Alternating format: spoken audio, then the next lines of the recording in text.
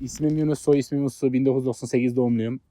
Mersin, Yenişehir, Kocamzalı köyün mahallesinde oturuyorum. Küçükbaş hayvancılıkla uğraşıyorum. Babamla beraber yapıyoruz. Ben burada erkek kurbanlıklara bakıyorum hayvanımıza. Babam yukarıda keçilere bakıyor. Damızlık keçilerimiz var. Onlar uğraşıyorlar. Ben burada işte kurbana kadar bunlarla bakıyorum. Kendi müşterimiz var. İşte kendi müşterimizi satmaya çalışıyoruz. Böyle. Aynı zamanda ikizim var abi. İkizim uzman çavuş. Şu anda görevde. Ben bu mesleği seviyorum. Yapıyoruz babamla beraber. Küçüklükten beri bunun içindeyiz. Seviyorum hayvanları. Erkek hayvanları daha çok seviyorum. Kurbanlıkları, dekeleri, çanları. Çanları daha çok seviyorum. Abi sabah saat ya kış olduğu için 6.30 gibi falan kalkıyorum. Çevişlerin yemini karıştırıyorum. İşte evde kuzu var, onların yemini karıştırıp onları döküyorum. Ondan sonra bunların yemini döküyorum. Onlar yemeği yiyor bir yarım saat falan. Ondan sonra gütmeye gidiyorum. 1-2 saat gidiyorum, geliyorum. Sonra kahvaltımı yapıyorum. Ondan sonra evin kenarında iş olursa, kış olunca işte ağların falan kenarını yaparım. Ark yaparız. Odun falan koyarız. Odunu depoya çek, şey yap. Ondan sonra saat 2-3 gibi ya da 1-2 gibi güne bağlı. Tekrar yemi döküp tekrar götürürsün. Saat 5-6 gibi gelir. Suyunu içer, bir daha sürersin. Bunlar serbest olduğu için. Yaylar akşam ağla girince ağzını örtersin. Köpeklere ekmek dersin. Konteynere girer, çadıra girer, sobanı yakar. Yemeğini, çayını içer, yatarsın. Öyle yani. Bir günümüz öyle geçiyor yani.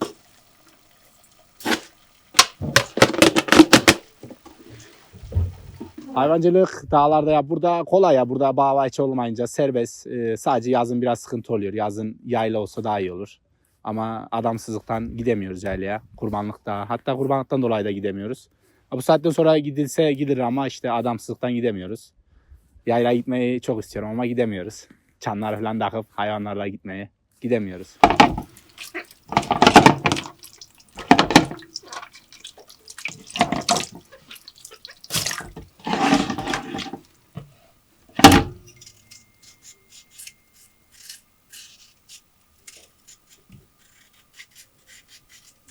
Abi yalnız yaşamak, yani yalnız yaşamak değil de mesela yalnız yapıyorsun bu işi.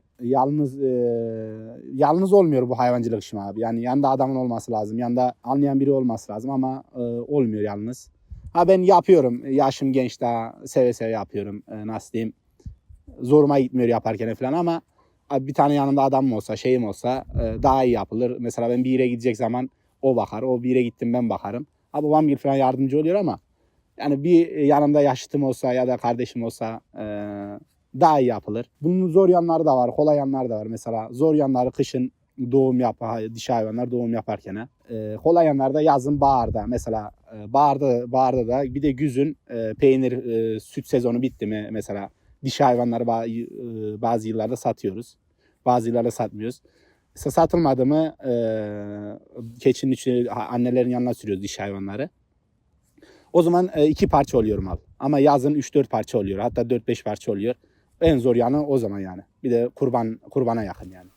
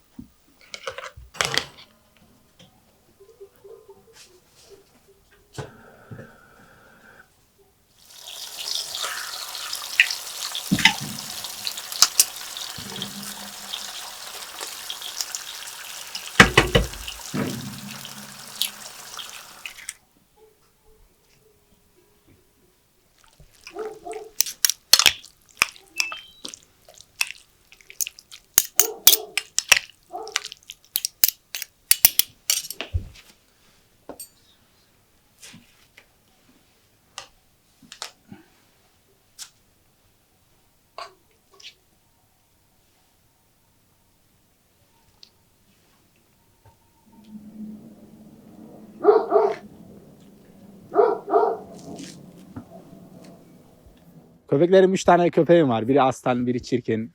Onları bilmiyorum, canım gibi, canımdan çok seviyorum. Onları karın doyurmadan kendi karnımı doyurmam.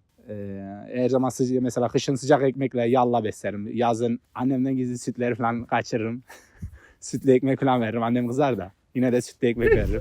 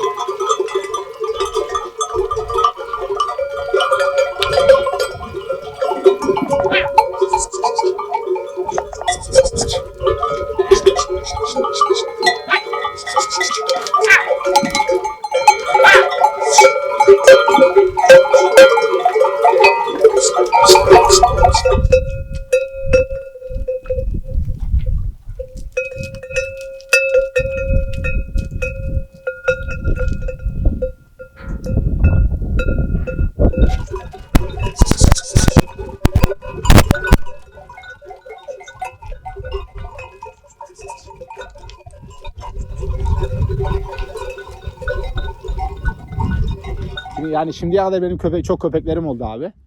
Hep zehirlediler yani vurdular, zehirlediler, öldürdüler. Yani besletmediler yani şey yapma mesela köpek hayvanın arkasından gidiyor oradan başka yere gidiyor. Bir bakıyorsun köpek yok. Gidiyor arkasından ya vurmuşlar ya zehirlemişler. Yani şimdiye kadar 10-15 tane köpek geldi geçti elinden kendim bildim bileli. Hepsini öldürdüler yani zehirlediler ya çaldılar. Besletmiyorlar abi iyi köpeği yani besletmiyorlar burada. Mesela geçen yıl bir tane av köpeğim vardı çok güzeldi. Mesela avın arkasından giderken gitti köpeği bir daha görmedim. Sonra bir baktım köpeğe vurmuşlar abi. Yani bu 9 aylık şu anda 10. aya girecek. Bir yaşına daha girmedi. İsmi Aslan. Buradan bir komşudan almıştım onu hayvanla değiştim. Boynuna da bu tasmayı biz karşı köpeklerle boğuşurken fazla kendine zarar vermesin şey yapmasın diye takarız yani o yüzden.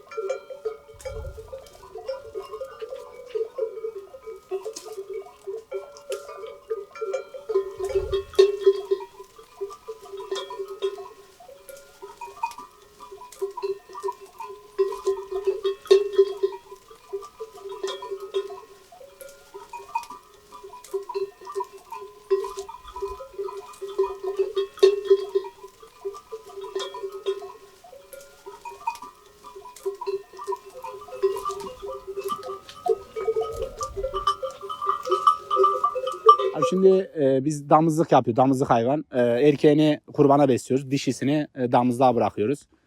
Bunu Mayıs'ın 10 Mayıs, Nisan'ın 15 gibi falan sütü sağarız. Peynir yaparız ama bu sene peynir yapmadık. Sütçü gelip aldı buradan. Değerlendiriyoruz. Sütü götürmediği zaman annem peynir yapıyor. İşte peynir müşterimiz var. Ona göre arıyorlar bizi. Peynir lazım mı diye. Veriyoruz biz de öyle. Erkeğini de kurbana besliyoruz.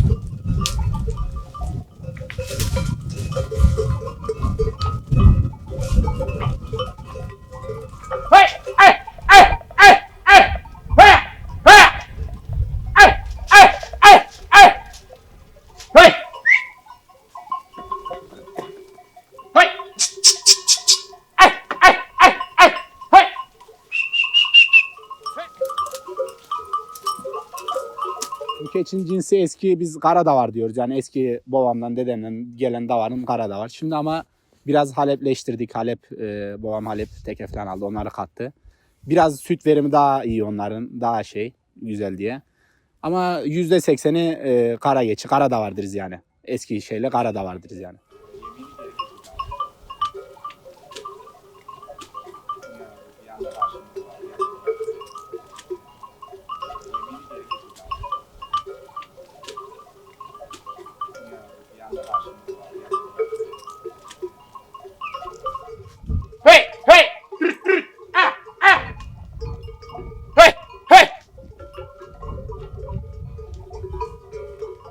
Bizim yazlık burada yazlık pek şeyimiz yok, meramız yok. Çünkü biraz hayvan fazla.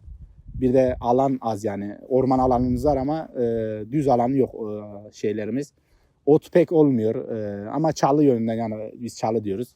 Ağaç yönünden ucu bucağı görünmez ormanımız var yani. Burada en çok pinar, sandal, teynel, kesme deriz biz onlar. En fazla pinar olur abi. Yese hepsi birebir ama bizim burada biraz fazla olduğu için durmuyor. Daha ilerisine gitmeye çalışıyor. Biri bizi rezil ediyor yani. Mesela bu şurada gördüğünüz yerler hep yemyeşil ağaç durmuyor yani. Daha ilerisini, daha şeyini istiyor. İyisini istiyor.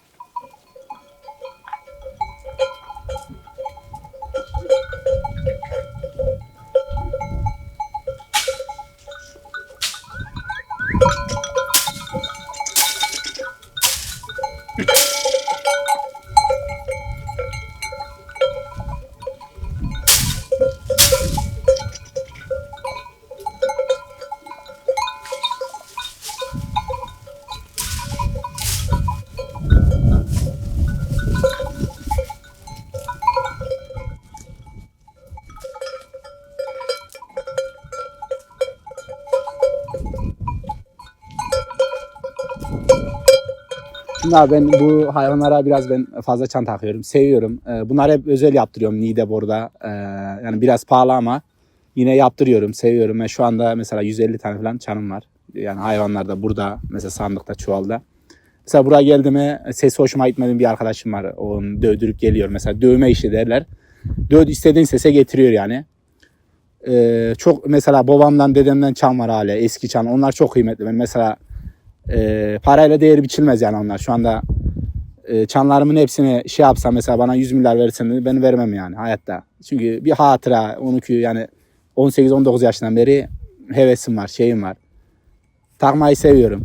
Çan koleksiyonu ya öyle yani öyle diyeyim yani abi. Şu yani bu köyde bilmiyorum da kimse de öyle yok yani ama bende yani mesela benim hayvan bir yerden çıktı mı işte Yunus Uslu'nun hayvanı çıktı derler. Hemen bilirler yani benim hayvan olduğunu.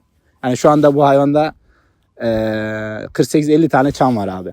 Yani kimse de bu 48-50 tane çanı adam 3-400 davara bile takmaz yani. Ama ben hatta baharda mesela diğer hayvanlarla, yavrularla beraber 80-90 tane çan takarım yani. Mesela o koyaklar falan böyle bir de gece gütmeye gittin mi inler yani. Öyle diyeyim.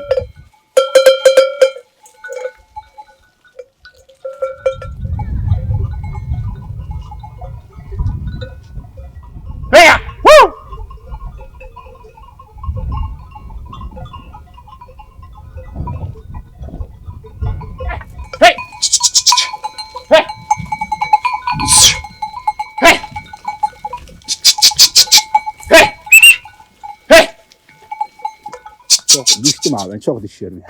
İşte çobanlıkta en kötü şey biraz dağdasın işte düşüyorsun kalkıyorsun. Geçen 1-2 ay önce hatta düştüm kaşım patlamıştı şey oldu. İyi oluyor alıştık artık bir şey olmuyor. Öyle kanıyor bir süre sonra yara olup geçip gidiyor yani. Keçi durmuyor mesela o taştan taşa atlarken ya ayağın kayıyor ya ayağın da akışıyor. Düşüyorsun elin kırılıyor bir şey oluyor ama yine arkasından yine koşuyorsun yani. Bizde söz vardır bu kara da var ne ölünü bilir ne cenazeni bilir yani.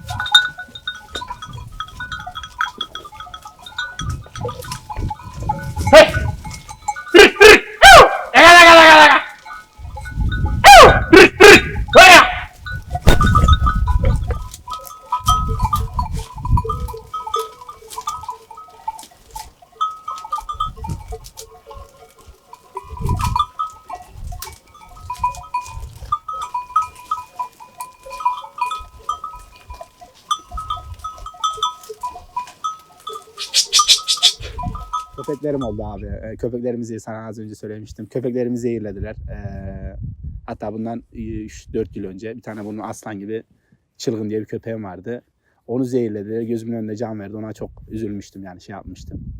Bir de işte köpeğimi vurdular. Ona yani hayvanlara mesela ben bu hayvanlar kurbanda kesiliyor abi. içim yani ağlamıyorum ama içim şey oluyor yani. Böyle tuhaf oluyor yani. Mesela bir yıl boyunca bunlara bakıyorum. Bunlara yemek çekiyorsun. Şimdi kurbanı alay için kesiyoruz. Ona tamam üzülüyoruz ama köpekler mesela vuruyorlar, zehirliyorlar. Onu neden yapıyorlar? Yani hiç suçu yok, şey yok. Mesela bana söylese ki Yunus senin köpeğin böyle suçu var. Tamam onu ben ya barınağa veririm ya da bağlarım hiç koyurmam. Ama köpek bir gidiyor ya ölüsü geliyor ya zehirlenmiş ya da vurulmuş yani. Ah!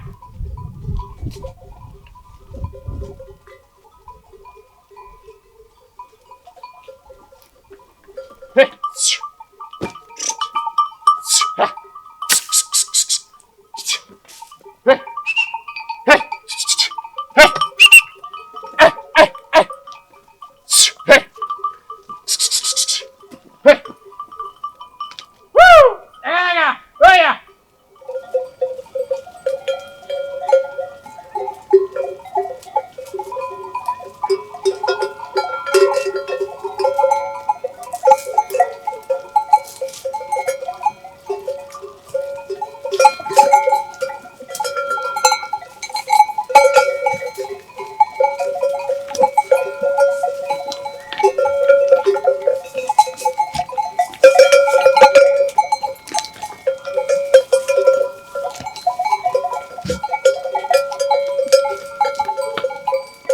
Zor bir iş. Anlayana zor değil abi. Anlayana zor değil. Mesela bana hiç zor gelmiyor abi. Yani sabah işin belli. Mesela sabah 2 saat gidip geliyorsun. Yemini döküyorsun. Sonra 1-2 saat dinleniyorsun. İşin olursa işine bakıyorsun. İkindin 1-2 saat gidip geliyorsun. Tamam. Mesela elin işinde çalışsan sabah saat 8'de gideceksin. Akşam mesela 6-7-8'e kadar hiç durmak yok. Mesela otursan hemen göze batarsın. Ha, bunda bir acil bir işin oldu. Mesela 5-6 çuval yem karıştır. Dök, kat, git yani. Anlayana çok kolay abi. Ama anlamayana elindeki hayvan da ziyan eder. Elindeki hayvan da öldürür. Bir şey kalmaz yani elinde. Hani geriden göründüğü gibi değil hayvancılık abi. Mesela anlayacaksın.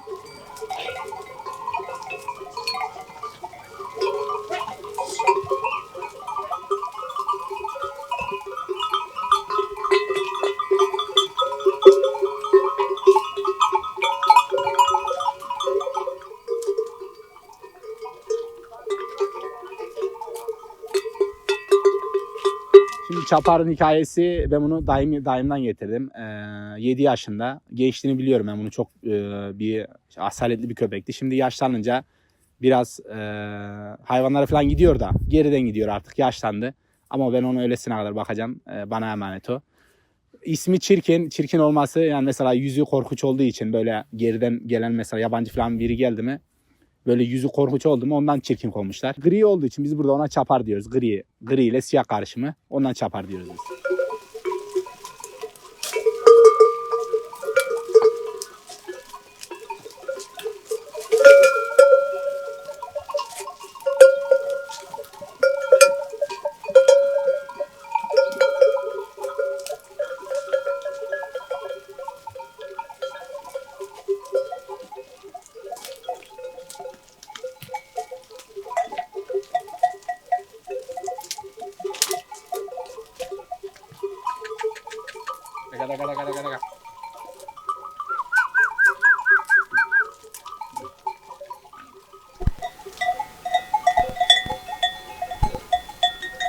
Woo! Woo!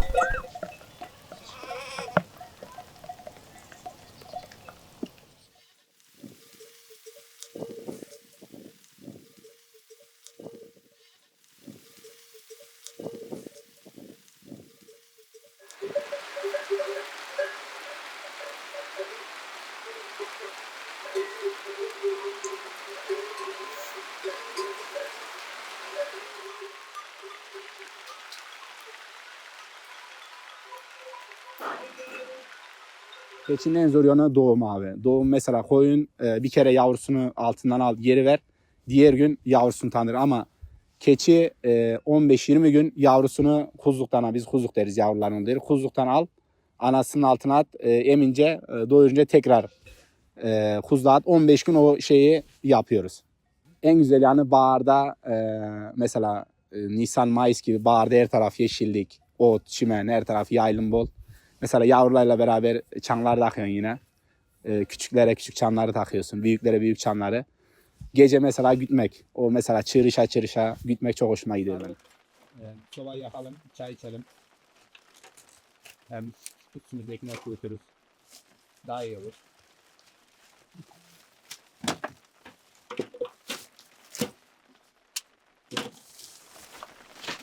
Hava bugün yağmurlu biraz.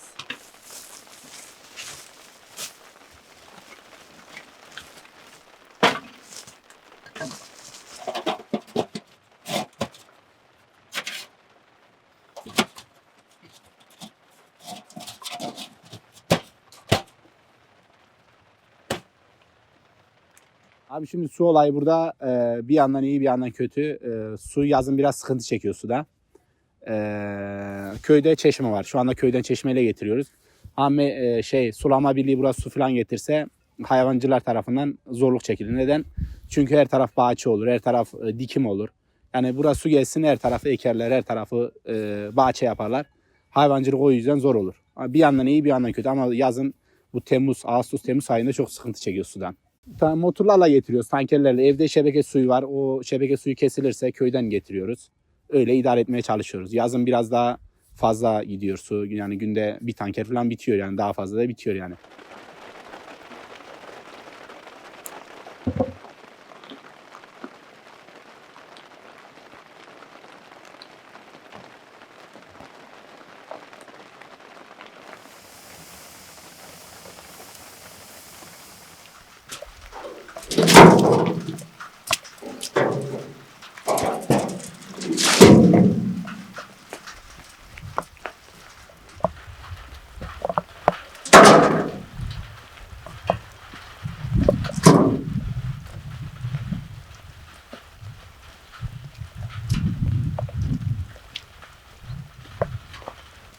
Bizim burada şalfar deriz bunlara. Şalfar bizim bu Adana, Mersin, Erdem yani Adana, Mersin o taraf çok giyer bunu. Yani biz şalfar yani ben Mersin'e daha gitsem şalfarla giyerim.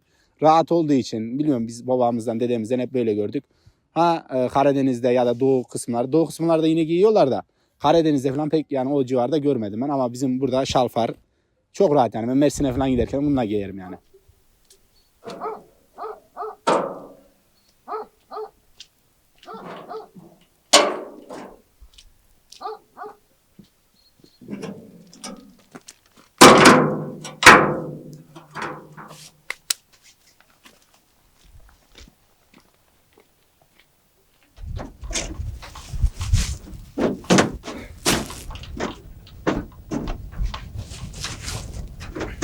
İnsanlarla uğraşmak zor. Yani ben bir sürede Mersin'de işte çalıştım bir 4-5 ay. Gerçekten kendi işin gibi yok. Kendi mesleğin gibi yok yani. Öyle diyeyim. İnsanlarla tahammül edemiyorsun bir süre sonra yani. Yani diyorlar ya benim meskenim dağlardır. Benim meskenim dağlar yani abi.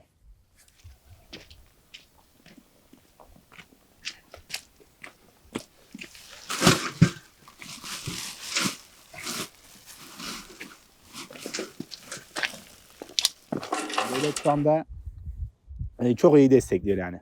Bu kulağında gördüğünüz küpelere yani bir güzel senelik para veriyor. Çobanlara yani mesela benim çobanlık şeyim var abi. Sertifikam var abi. Mesela adam devlet ona geçen yıl 30 bin lira para verdi. Bu yıl kaç verecek bilmiyorum abi. Bu yılda 80, 90, 100'ü bulur yani. Yani devlet çok destekliyor ama yapan yok yani şu anda.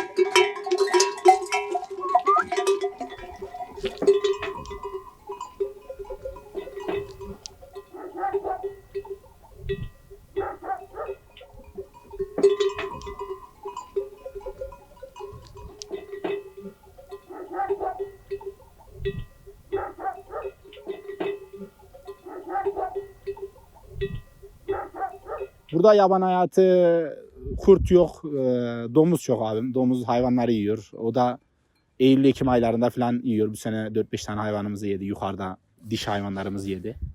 Burada pek yemedi de yukarıda diş hayvanlarımızı yiyor. Öyle yani kurt yok ama domuz var abi burada. Zarar verecek olan hayvan sadece şu anda domuz var yani. Bir de şu aşağıda barınak var. Barınaktan köpekleri bırakıyorlar abi. Bir süre sonra aç kalınca hayvanlara saldırıyorlar.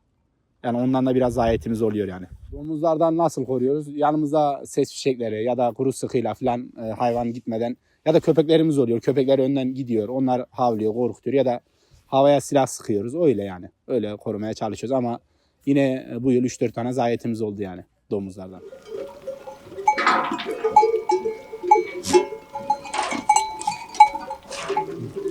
Şu anda hayvanların yediğinde üzüm pazusu var. Arpa, küspe, kepek, toplayıp karıştırıp sabah akşam veriyoruz.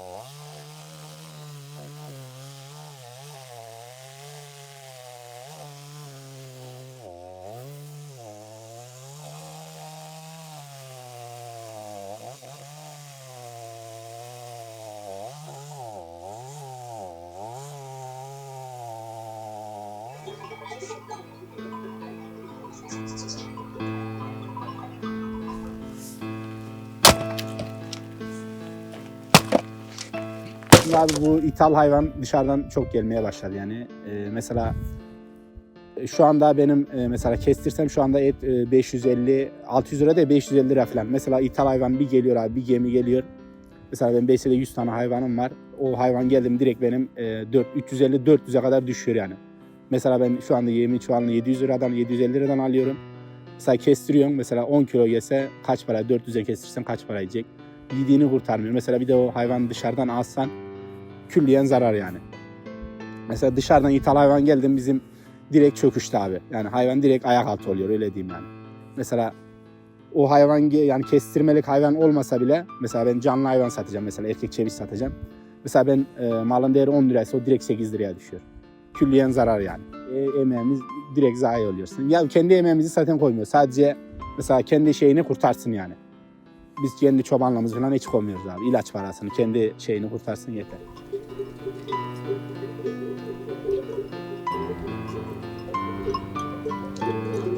Gençlere şu anda benim yaşım şu anda 26-27 yaşındayım.